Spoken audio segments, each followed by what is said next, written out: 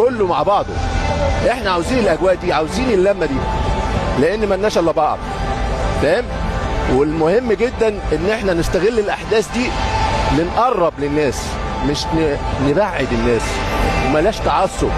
الكرة غالب ومغلوب، في الاول وفي الاخير انت بتلعب كوره، وزي ما قلت هتلاقي الجمهورين قاعدين مع بعض، هتلاقي بكره مصر الكويت قاعدين مع بعض. انا سامع ان انت ركبك بتخبط. لا لسه الماتش بكره.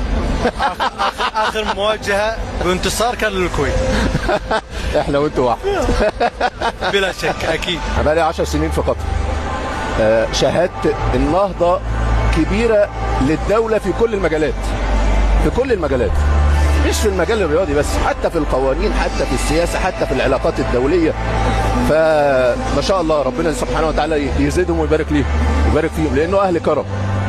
ومش عشان انا موجود ما بينهم وسطهم انا مش حاسس ان انا واحد مصري قاعد في قطر. هنا بعد كاس العالم 2022 احسن كاس عالم اتلعب في التاريخ، مش هتلعب زيه في التنظيم وفي كل حاجه.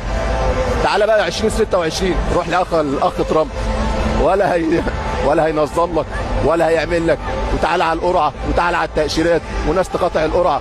فالحدث بتاع 2022 الناس شافت افضل حدث لكاس عالم، فنيا تنظيميا كل حاجه، وجابت لنا الناس اللي ما شفناش بقى لنا سنين.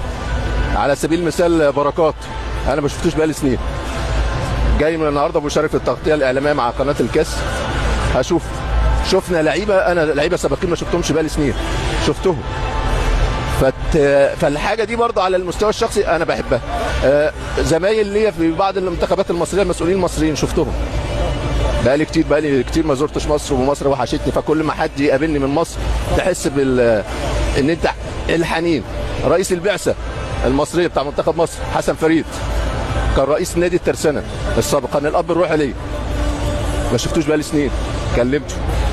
فالحاجه دي كل حاجه حدث رياضي مهم، انما الجوانب اللي حوالين الحدث الرياضي، الجوانب، العلاقات الاجتماعيه، الناس تشوف بعضها، الناس تحاول تقرب من بعضها.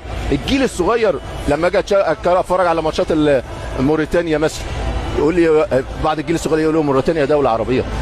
دوله عربيه. جزر القمر يقول لي دوله عربيه. دوله عربيه. فالحاجات دي حاجات مهمه، حاجات مهمه. الناس نسيت، العرب نسيوا ان هم عرب. فالاحداث دي تفكرنا ان احنا امه واحده ومالناش غير بعض. بعد حرب الاباده اللي سنتين مالناش غير بعض، فاهم؟ فلازم كله يتجمع. طالما انت متجمع وقوه، الناس هتعمل لك حساب. العالم بيعمل حساب للقوي مش للضعيف.